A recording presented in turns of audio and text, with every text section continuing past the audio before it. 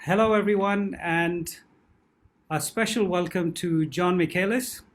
Hi, John. Hi, very pleased to be here. Thank you for inviting me, Omar. It is an absolute privilege to have you on the show. Thank you for joining. A quick intro for those of you who don't know John. John has been an active angel investor and board advisor for early stage tech companies for quite some time. He supports his own portfolio of AI companies, and he's also retained by Consilience Ventures, which is a venture firm, as a commercial and AI expert. And he's a member of their investment committee as well. Last year, John published his first book, U++, which is basically an introduction to AI for entrepreneurs and career professionals. He's also been a founding shareholder of Aurora, which was the market leader in AI solutions for the air sector before he had a successful exit.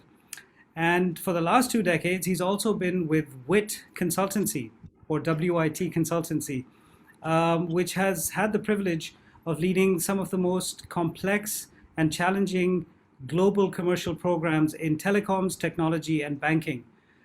Quite the resume, John. Welcome to the NIC Okay. broadcast. How are you? I'm very well, thank you. I'm very well. Just to touch on, just to give a little bit of relevance, how we got introduced. It was actually when I was doing my consultancy, one of the clients was expanding their business in Pakistan. So I visited many times, and the gentleman who introduced us, Omar, is someone I did quite a lot of business through on the ground in both Karachi and Lahore in Pakistan. So I've got many fond memories from those times, as well as some good business experience there as well, which I enjoyed very much. Fantastic. And when was that? That was about a decade ago. So yeah, for a very large, my client was a very large American firm that had a global footprint. So I very much enjoyed that at that time. So it's really good Interesting. to see, the way the Pakistani startup market is expanding, and obviously some of the links I hear about with American investments as well. So I think it makes for a fascinating time for your market and probably globally as well. Well, I think that's an intriguing segue into probably my first question. Mm. Um, so, how did you actually get into investing? And when you are investing, because you've been doing it for quite some time, what do you look for when you're investing? What are the key things that you wish to achieve when you're investing? Okay, so let's just take my motivation first, and then we'll come on to the second piece, of course. So Right. as you have observed, I've had quite a wide-ranging career, including doing a lot of work in the enterprise space as well as having my own business. So I reached the stage where I felt the consultancy, I'd run my course, and I wanted a new challenge. And yes, I'd had my own business, but we had a very successful exit. But to become whatever you mean by a good investor was the next step on my journey. Um, and I thought long and hard about, well, what could I bring to the party and to the companies I invest in? Um, and what did I want from it? Now, I think the things that I'm looking for is to make a return. In the UK, we do have some very beneficial tax breaks. That means that, frankly, the sort of return one needs to make over across their investment portfolio for it to be well worthwhile is probably only 10% a year. Obviously, more would be nice, but it means that the return is almost like a hygiene factor. What I'm really interested in is getting engaged in some projects that I'll enjoy and I think are solving some really big world problems. So, the sort of companies that I look to invest in is with founders who are really committed to what they're doing. Many of the companies I've got founders who have been doing research for a number of years and perhaps spun up a company on the back of that. Alternatively, they have been entrepreneurial for a long time, trying to find where they think the problem they're going to solve is and believe they have found it. So I'm looking for very committed founders who are passionate about what they're doing. The second piece is a big problem, i.e. there's going to be a market, but it's a real world problem. For instance, mental health is a massive concern in particularly the West, and I work with AI companies that have got tools to assist that and to address that. There are other problems that of inefficiency in people's lives, basically people finding some things very difficult to do, but some founders have really honed in on a particular problem and are addressing, and some also in business as well. So I'm looking for a big, big problem. The next area, I do focus just on AI companies.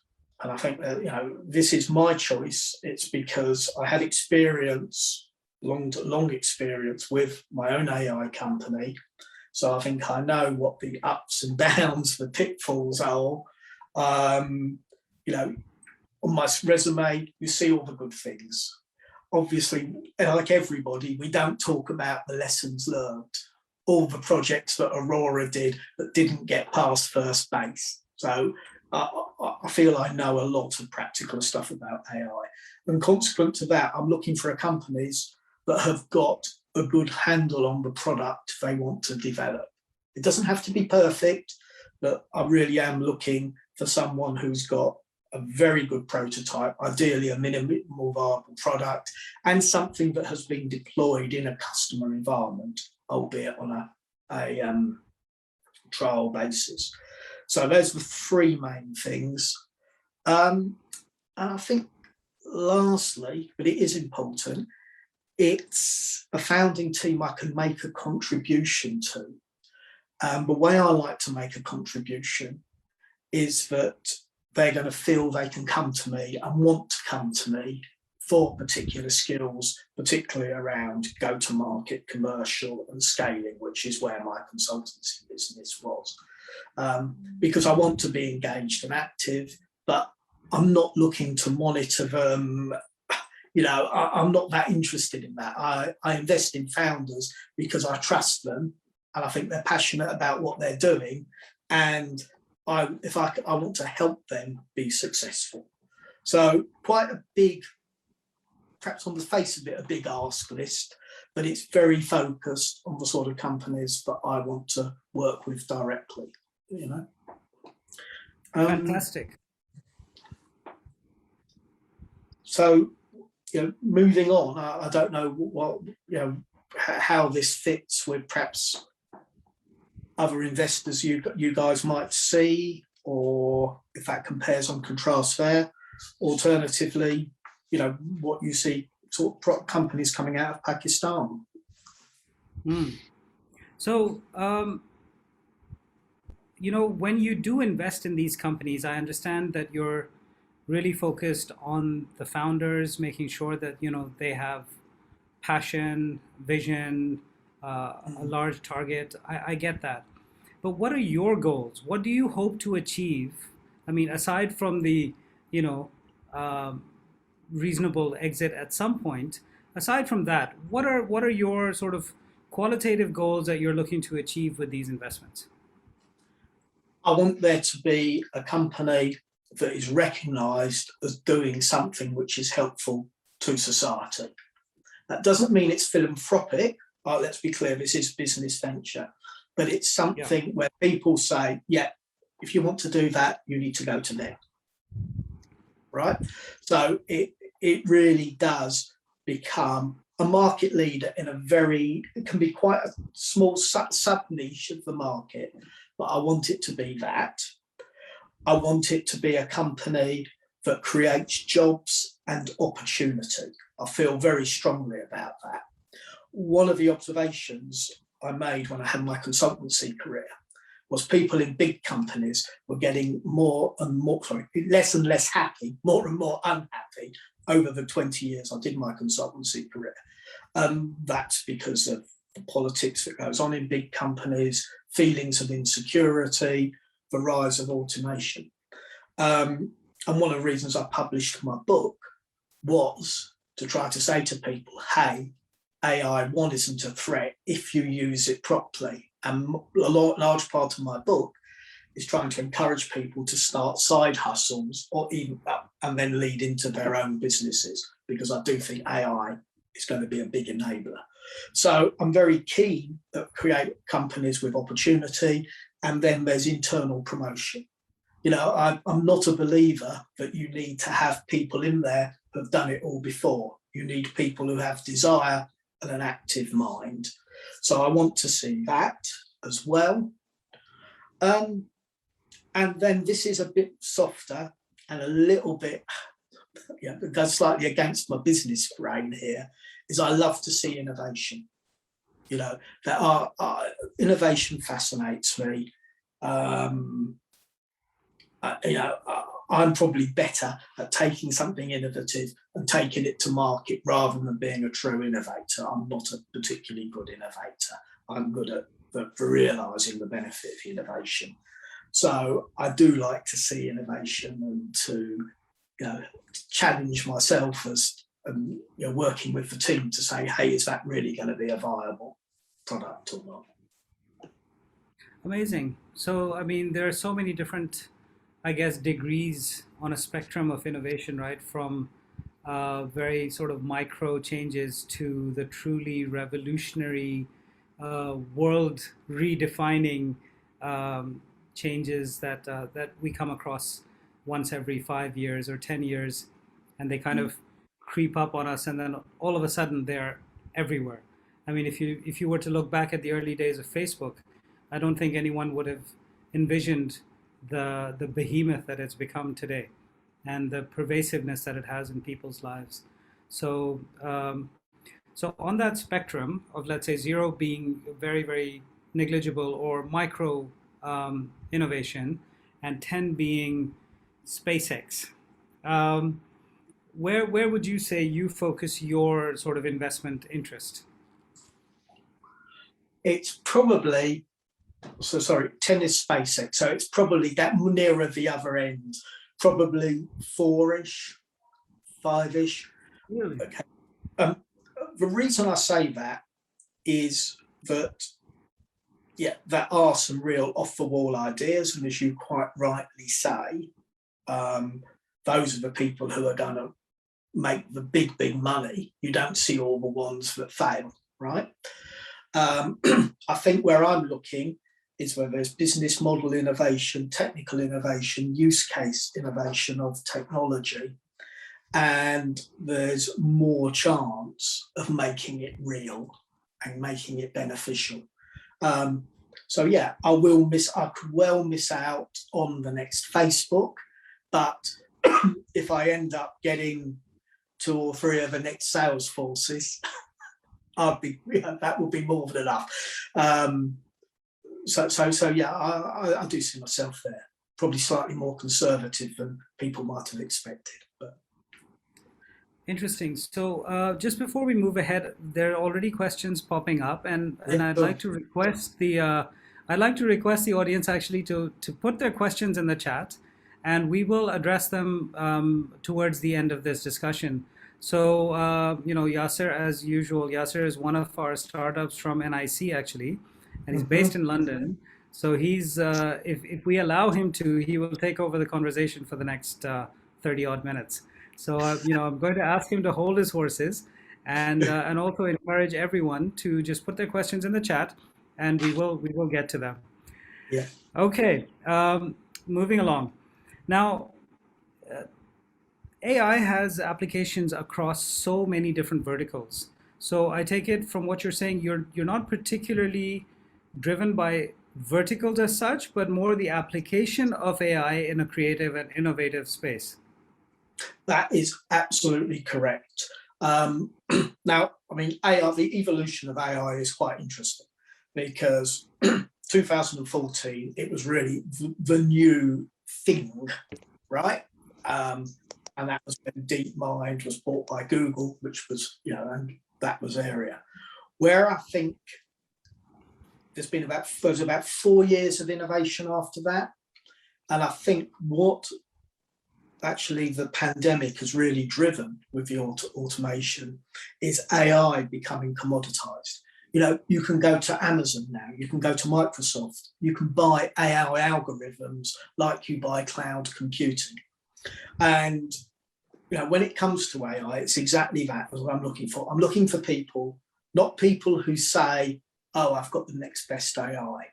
It's people who are using AI very pragmatically and sensibly. A key component of that is gathering data that you can feed into the AI. So if you're a consumer business, and I've got some, then it's data about your customers so that you can start to determine user preferences. If it's a fintech environment and you're looking at budget planning, it's another of my companies. It's about gathering data about how people spend their money and when they spend different money, and then producing budgets for them. But it's gathering that very relevant data. And that ties back to my view that I want founders to be passionate about the problem they're solving, because then they're going to know all about it. They're going to think it's not just numbers I need. They're going to gather more relevant data, like social media conversations that are relevant in their space. If they're in consumer business, reviews, and develop tools to review, to be able to get data. Sorry, can everyone just mute themselves, please?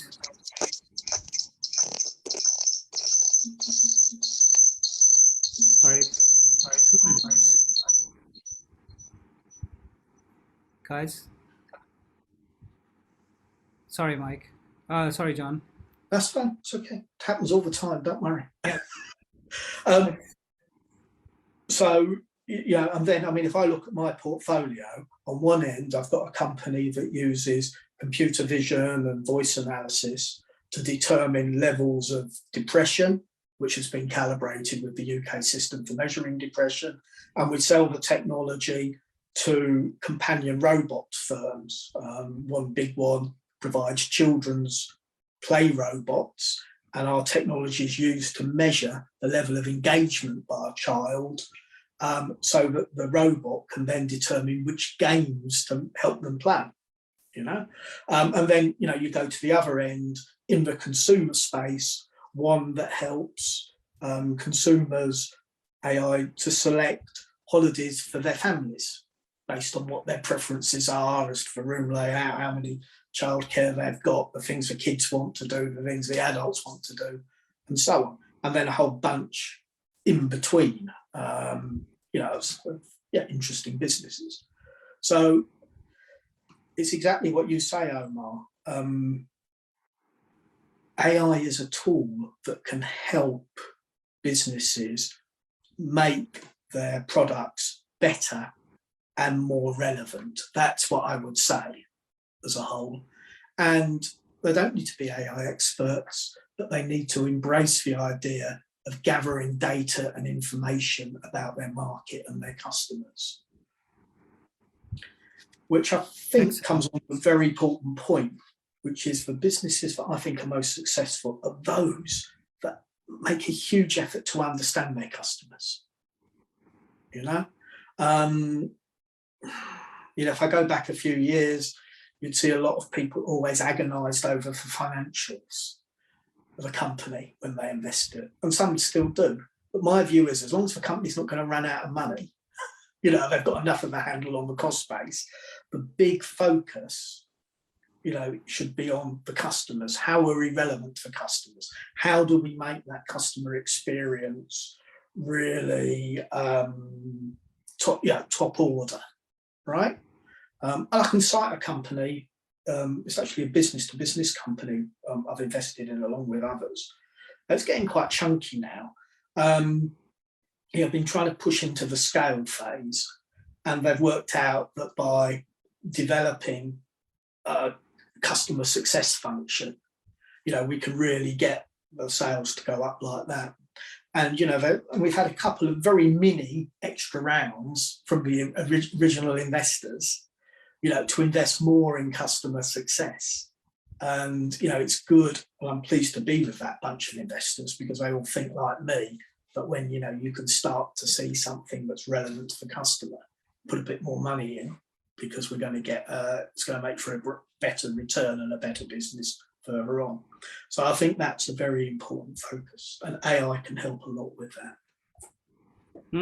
I've recently come to this view as well, that I think the turf now is really all about who can deliver the best experience. It's not about the technology. It's not about any particular aspect of function. So, for example, marketing or brand development or business development. It's more about the company obsessing around offering the best experience to the customer so that they have no reason to ever think about leaving.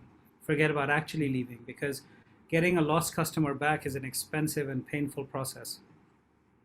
Yeah, I mean, cost of customer acquisition.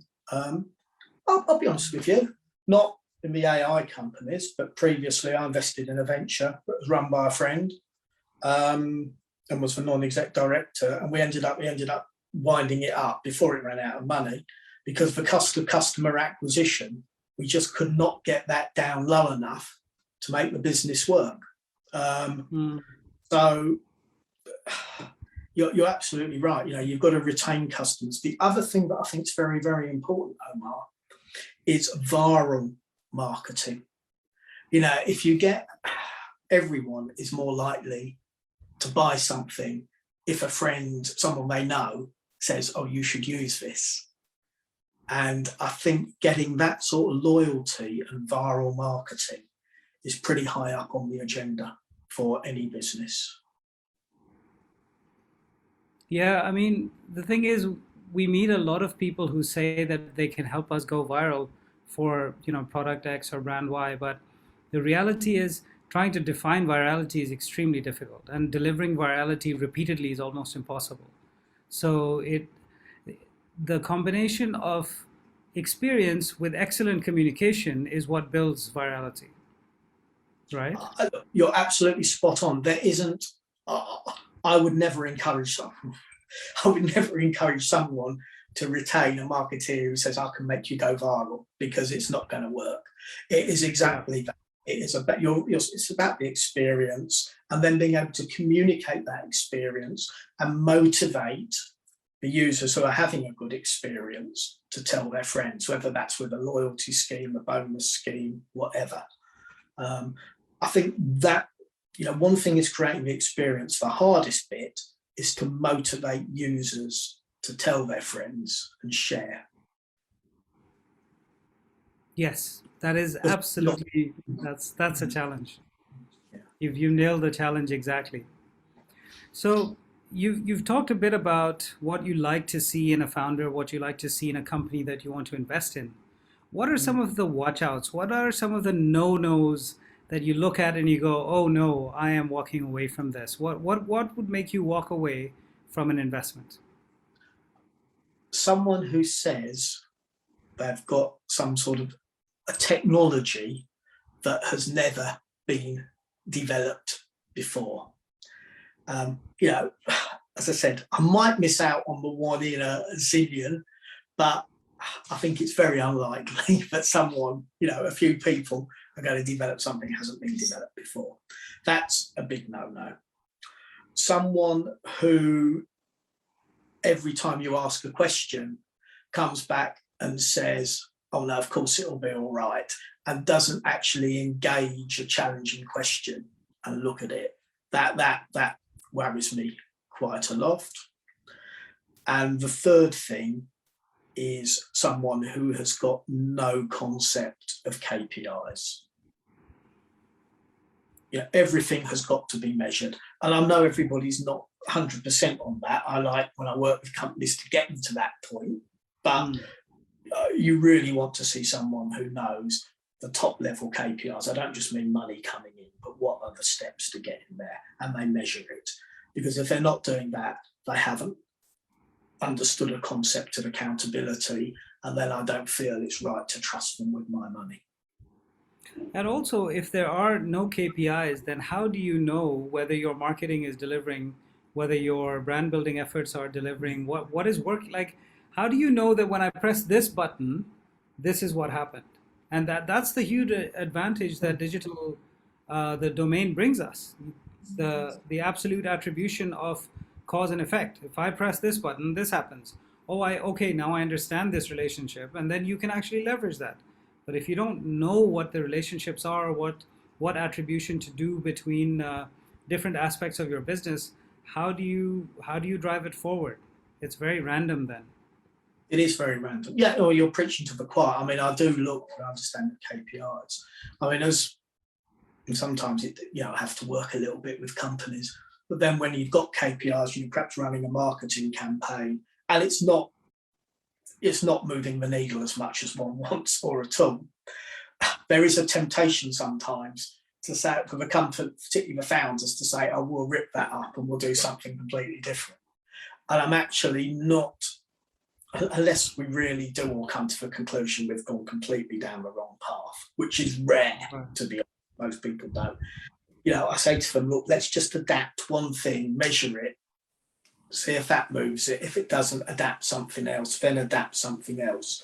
And, that sort of methodical approach to come to where you're coming from, to learn about what the levers are that are going to move that business forward, is worth investing in. If it takes a little bit of follow-up investment, it's unlikely that I think that investors will say no.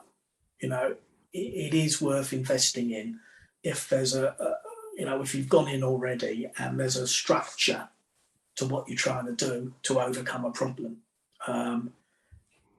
So I would certainly go in again for a follow on that, and I think many of the people I'm fortunate enough to co-invest with would as well. So purposeful A/B testing until you know what delivers what. Absolutely. I think that's a very key point. Excellent. So those don'ts were as useful, I think, as the do's when it comes to your approach to investing. Thank you for that. Let's talk about some of the companies you've invested in. They can't all have gone swimmingly from day one. Tell us about some of the challenges you faced and how you actually managed to overcome them in different contexts. Okay, so I've already touched on the company. The company provides into the marketing space. What we do in Flow AI, what we do is we provide a tool to help content marketeers. And the way it does that is it finds trending articles, advises on keywords, advises topics around a subject that people should write about, and actually helps them to write that article using a lot of AI and natural language processing. We had huge challenges in terms of customer onboarding and retention. I found on the customer onboarding journey, a lot of people dropped out at different stages in it, even though it seemed quite simple. Log in, put a few keywords in, that sort of thing. And the way that was overcome was to actually have a bit of a very small consultative piece in the pre-sales. So someone logs in, they answer a bunch of questions, and then it began off as quite expensive. We're getting the cost down now, but we had some people who would consult with that customer about how they should use the tool, the parameters they should set, and actually set it up for them.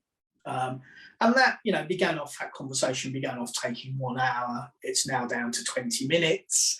And now we're nearly at the point where that will be self-service, because we've got a smart AI bot that goes back and says, let me configure for you, blah, blah, blah. And a help desk sitting behind that should they need personal assistance. So I think it was painful. It's also meant there's had to be supplemental investment to what was originally anticipated. So, the core shareholders have taken, let's say, taken the pain, and with a smile on their face, because they felt it was worthwhile. And we're getting there now. We're pretty well there now, because it is ramping up. But I think customer onboarding, it's not an uncommon problem. So that is definitely one. A second one that we're facing is a company, I can also say Blue Sky. They have a company that provides the technology to measure depression. It's a company that sells products, sells its products and services, and exceeds its business targets. I've been with them just over 2 years, and we've done really well on that. The challenge we're facing is we ended up with a lot of disparate customers in different markets, and it wasn't a clear proposition as to how to go forward, apart from as a more, how to build a scalable business was not very clear. We've been fortunate that we've got a couple of other advisors there who very different to me, but very, great contributors, right? And we've actually had to, between us and the founding team, invest a lot of time in really drilling out a strategy that makes sense. More time than you would expect, and I think the founders have found it a bit frustrating. We pulled them a lot away from the business. Certainly, over the last 6 months, we're seeing the benefit of that. I think the lesson there is it is always worth looking behind the numbers, looking at what is really being achieved, coming in to be a market leader in a sub-niche. And probably, if one can, ideally from one shareholder space, because it won't cost you anything, is to actually take some advice and get some people from the outside to look in, because that is a business that is very successful, going places. We just want it to go to more places. That's the thing. So that's a big challenge. To be very honest, we haven't had any challenges with companies about to run out of money. I think that's because we've got passionate founders. They're pretty good at managing the bottom line. We've had the third one, I think it is worth reflecting on, is people challenges as you try and scale. One might have 1, 2, 3 founders, absolutely passionate, really understand the business. They've been doing stuff, let's say, in that field even before the business started. So they're quite intuitive in what they do. They start to bring in other people. And those people look very professional, very good track record, but the fire doesn't burn. The people aren't prepared to change the way they do things. They've been doing things their way for a long, long time. And I think a lot of small companies get seduced by people who come from big companies, perhaps with a long track record, but those people won't change, and consequently, then they end up not being successful and or grating with the team that's there. There's been, I'm just thinking, at least 3 companies, on my roster. On my roster's 9 at the moment, right? That have had that sort of problem. My thoughts would be that it's actually better to use someone who's been with one a while internally, train them a bit if there's some skills they need. But, it's to look at it and say, find someone who really, really wants to do the job, because then they will acquire the skills. Obviously, if it's someone outward facing, they've got to have some basic communication skills. But I think enthusiasm and desire is far more important than that real big experience. Excellent. Excellent. Now that's very, very thoughtful, and I appreciate the depth that you went into with this. Now, before we open up the floor for questions, there's two rather important ones that I have for you. One, what do you think of the current investment climate around the world? And secondly, well, I mean, perhaps you can address that, and then I'll bring you to the last question. What do you think is happening globally right now? I actually think there's more money around than can be deployed in a structured way. I'm a little bit concerned we're getting a bubble effect, certainly in the startup space, because I've seen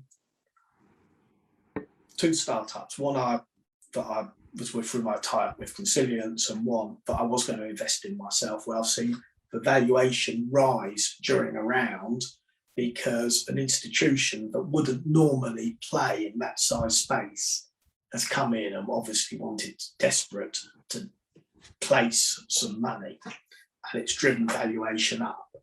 And that institution isn't going to particularly help the company, but I can understand why they took it. So I think there's a lot of money around. I think the distribution of that money does leave something to be desired.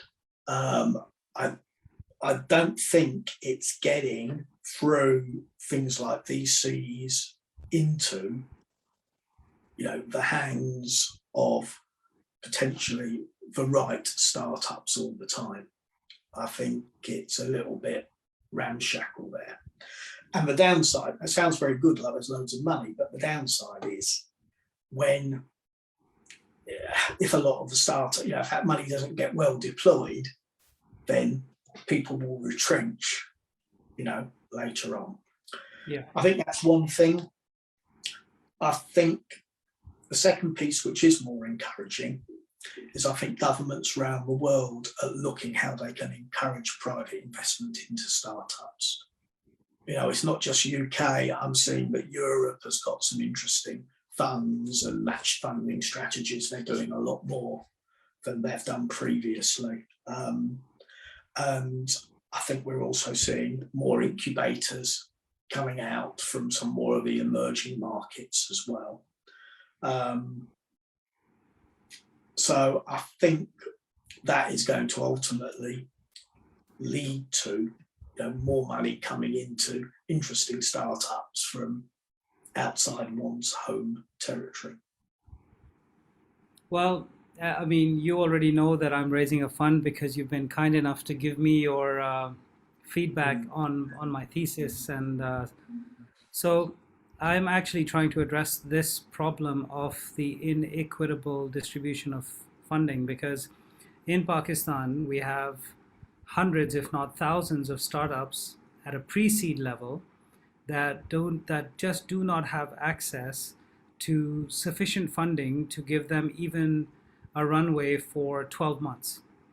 And so many good ideas actually just flounder and die because of, for want of $50,000 or $100,000, which in my mind is absolutely a crying shame.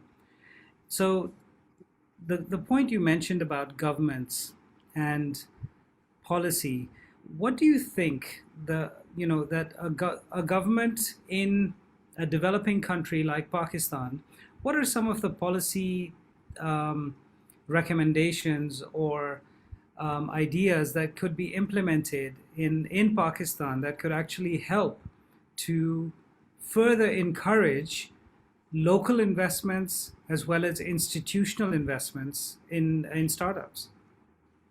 Okay, so not au fait with Pakistan tax law or financial law, obviously.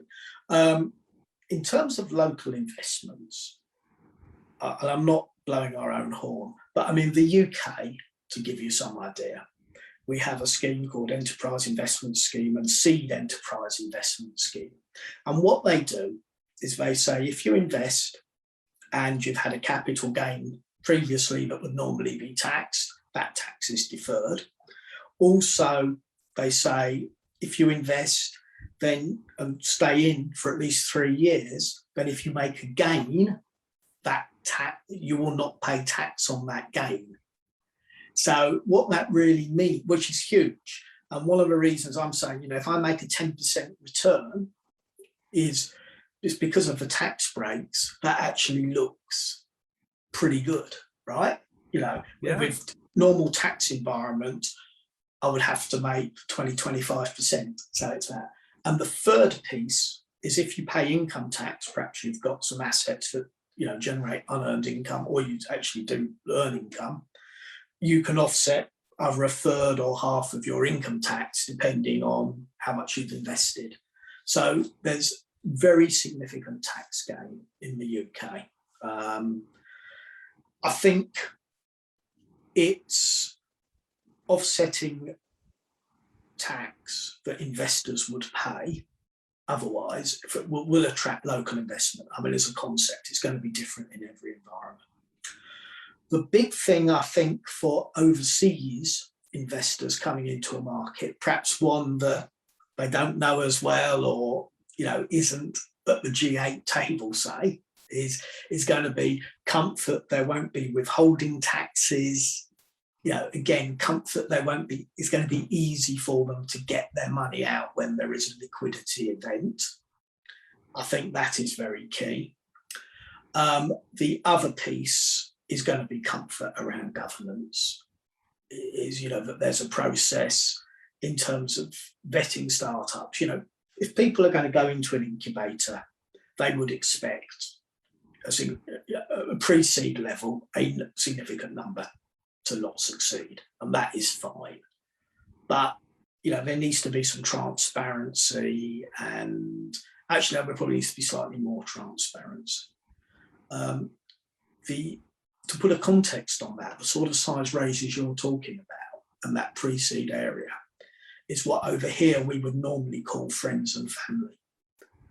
So that is, someone starts something and he gets his uncle to give him $25,000. He puts $25,000 in himself, the thing, and then his friend from the cricket club, who's quite wealthy, or the chairman of a cricket club, puts another 25,000 in. So, it usually goes sort of friends and family, which is that small amounts to get going, and then a seed round, which can be anything from £200,000 down to 1.2 million. I mean, names have got a bit mixed up, but a decent chunk of capital to really make sure you've got a nice tidy product and a bit of marketing and a few customers, that sort of thing.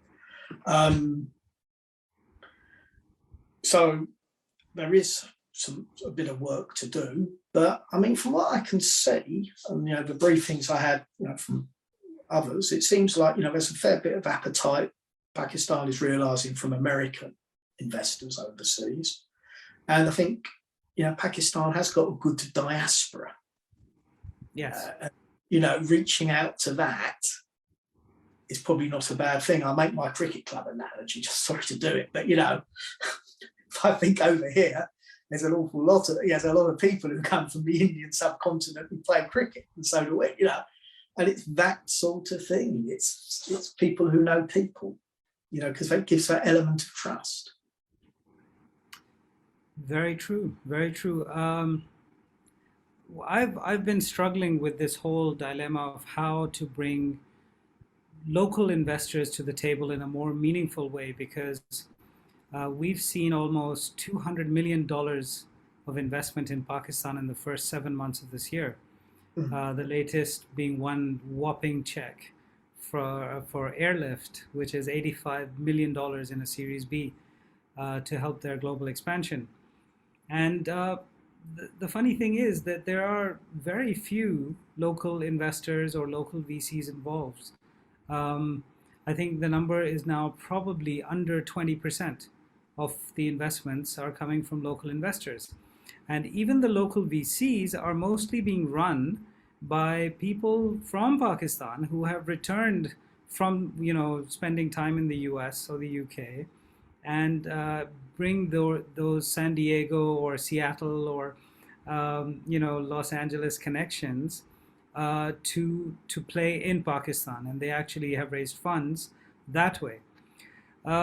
It's so that will, I think, continue to be a struggle until there are tangible tax or other incentives for them to actually facilitate this kind of investment. You're absolutely right about that, and I think the ecosystem will mature.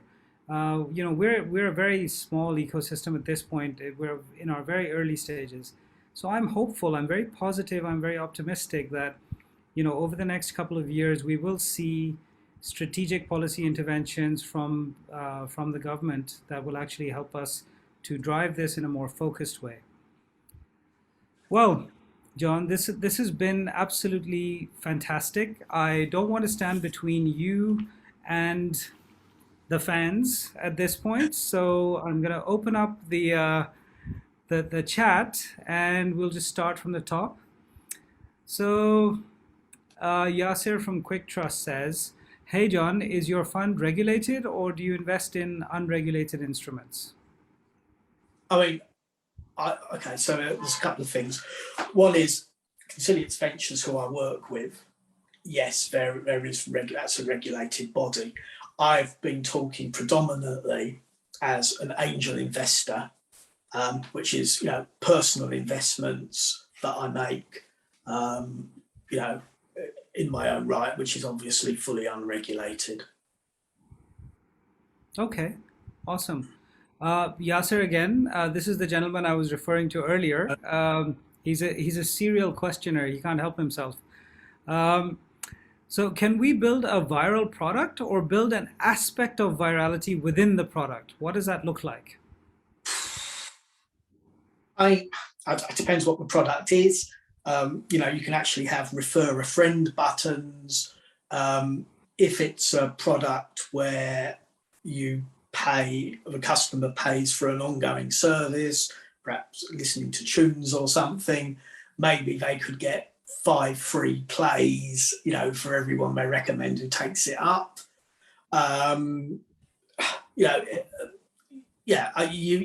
It's how do you motivate people to refer someone?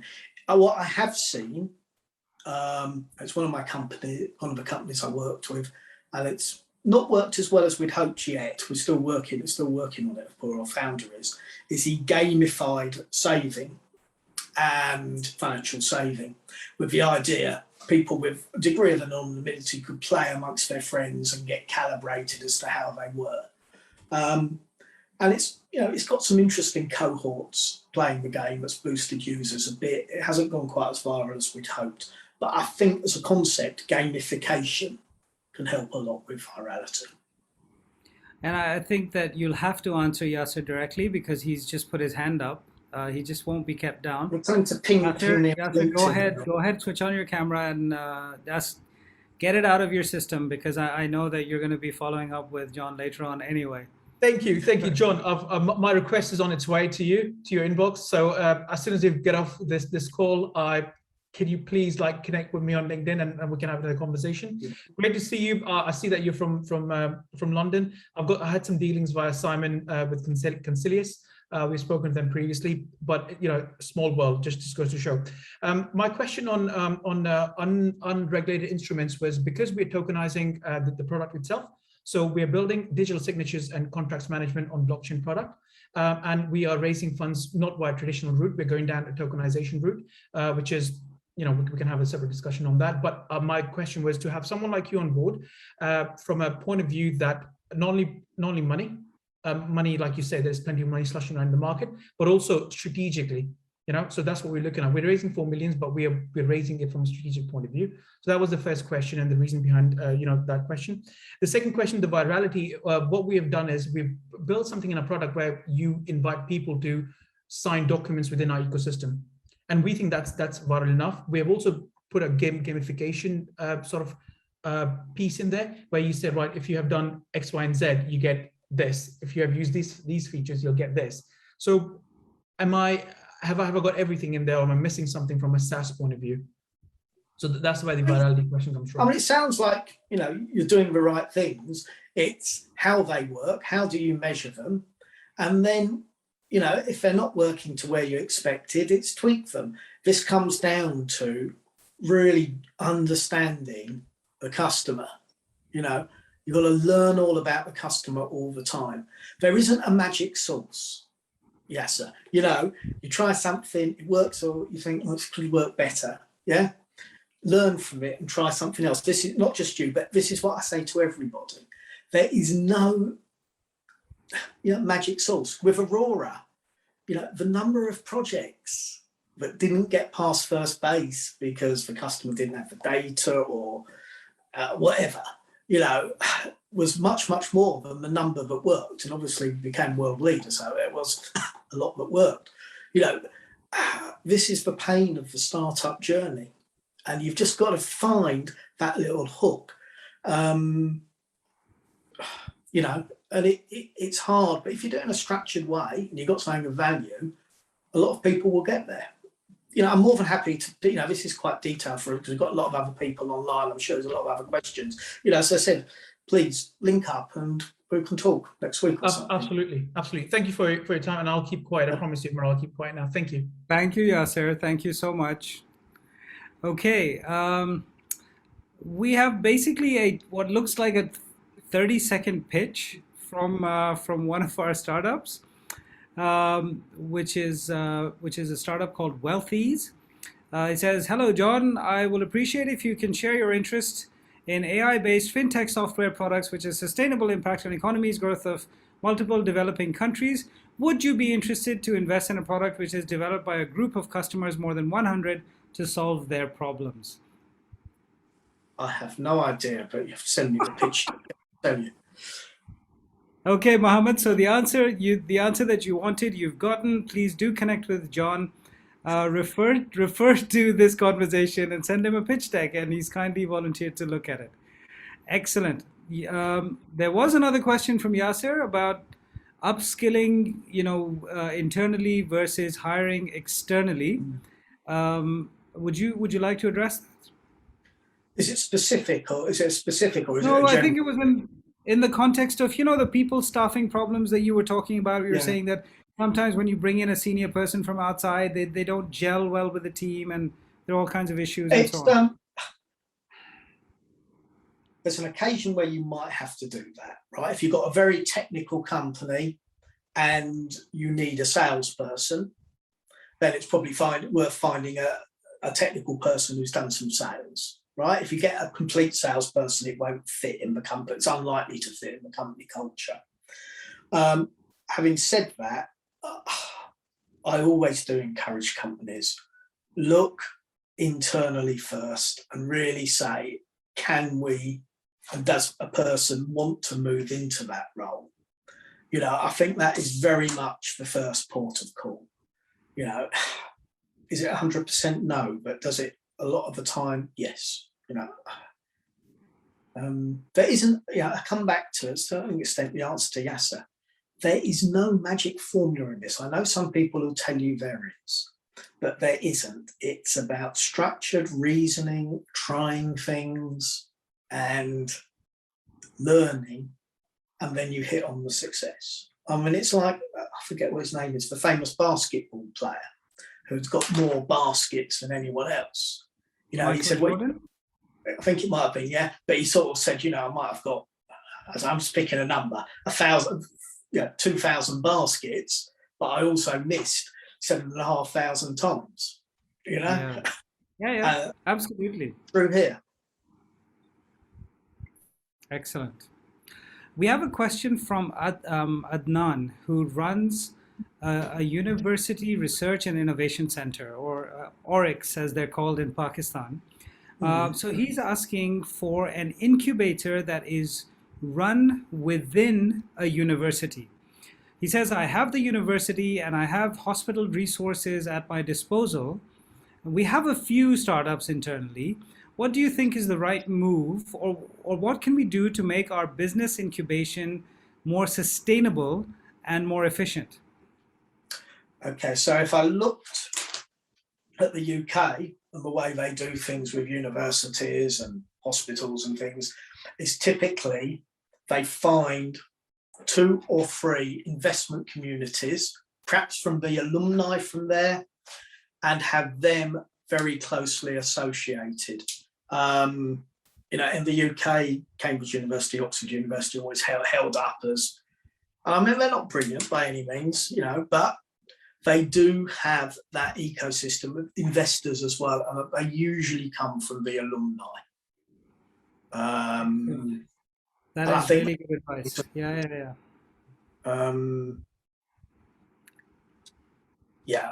And I mean, again, I don't know if medicine's private or publicly funded in Pakistan, but I mean, in the US, I've heard of people, you know, someone who developed a company that had a tool that assisted spine surgeons, and sort of their follow-on seed round was all half a dozen of these private spine surgeons in the US invested, you know, because you know, they get use of the tool and they wanted to help shape it as well for the future and get a slice of the action. So I think it's those sort of models, you know, rather than just getting a run-of-the-mill fund along, that can be a lot more effective. Super. Farhan asks a question which you actually did answer, but I think it would be helpful just to reiterate. He says, what would you do if one of your companies, though promising, runs out of money? I mean, if it actually runs out of money, you shake hands with the founder and say, let me know when you're doing your next venture, presuming one found it wasn't the founder's fault. I think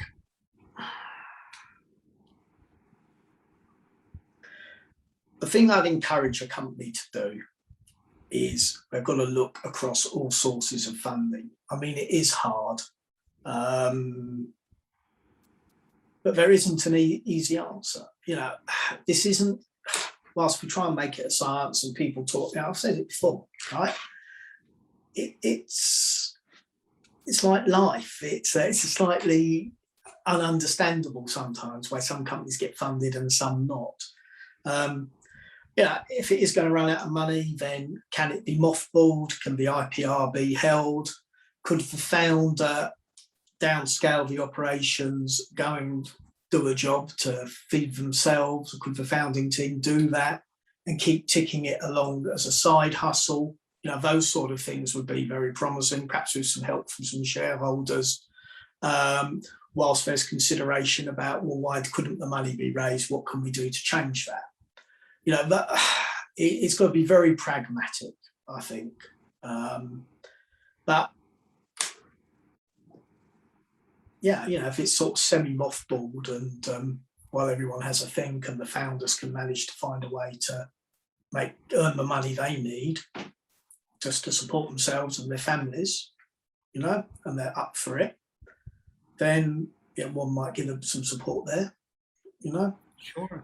But I think it's about having an open conversations with your key shareholders and advisors and actually saying, look, this is happening, discussing why it's happening, keeping them on side. You know, my view is if a company is commercial risk and if the founder's worked his socks off and it just hasn't worked, and he comes bang back to me, say 2 years later with another venture, but was properly thought through and was similar because he's got the passion for it, I'd probably back him again because things do fail, you know. I had previously, a few years ago, invested in something and I think they were a bit profligate. I wouldn't back them again, you know. But, you know, when you get older and more experienced, I think you know if someone's really tried hard or not. Yeah. And also there were a couple of occasions you mentioned where you had increased your investment, but my understanding was that was more to accelerate the growth rather than to fund the basic operations of the company. it was, and the other thing was, is those companies had a decent shareholder base already. So Right. I was increasing my investment along with others. You know, so there was enough money there to achieve what needed to be achieved.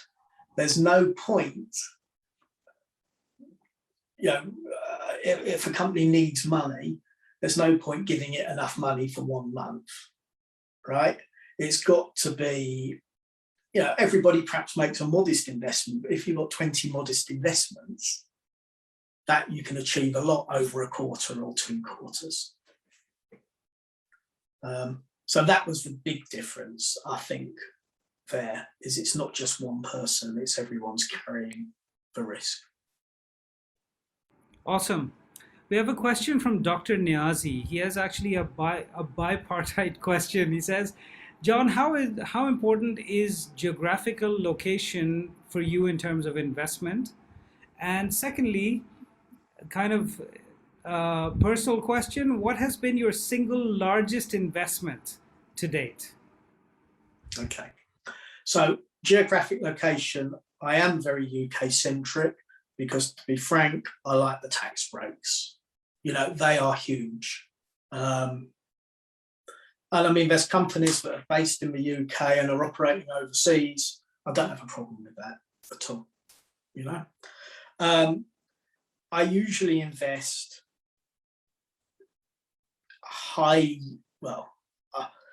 single largest, I will go up to a 6-figure sum in pounds.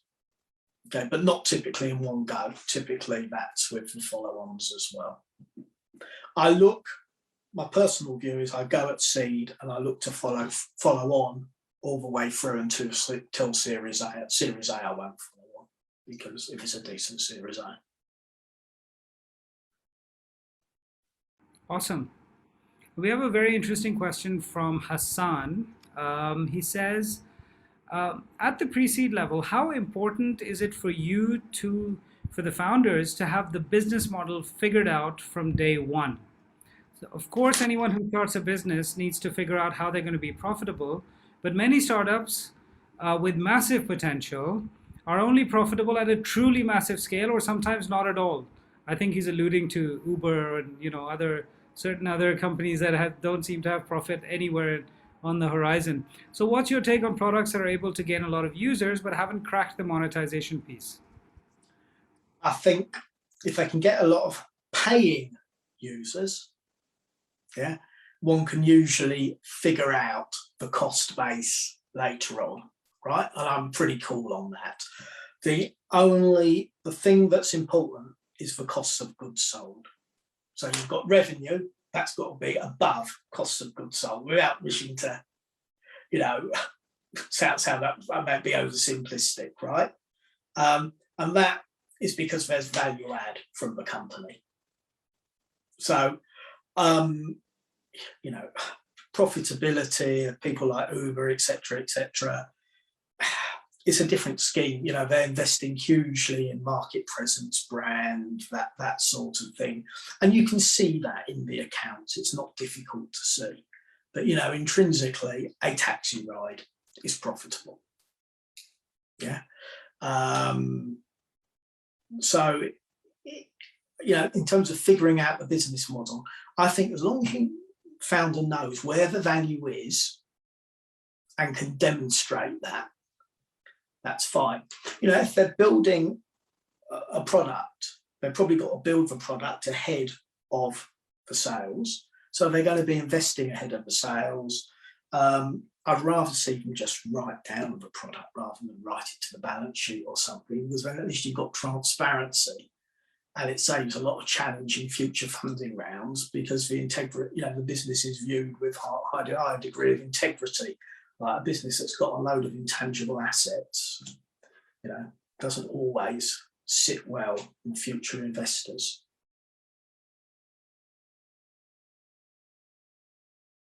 You're on mute, Omar.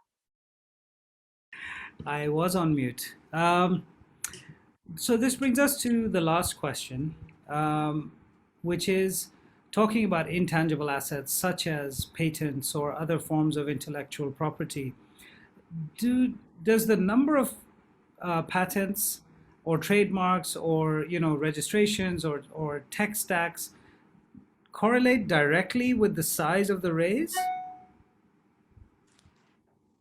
I would argue no. So with Aurora, we had hours and hours of discussion about whether to get patented or not. And we forayed a couple of times, but we never did. And the reasons we didn't was because then you've got to tell everybody how you're doing it to a certain extent, right? You spend a lot of money and it doesn't actually give you lots and lots of protection if someone really big comes in, takes your idea and adapts it very slightly. Yeah.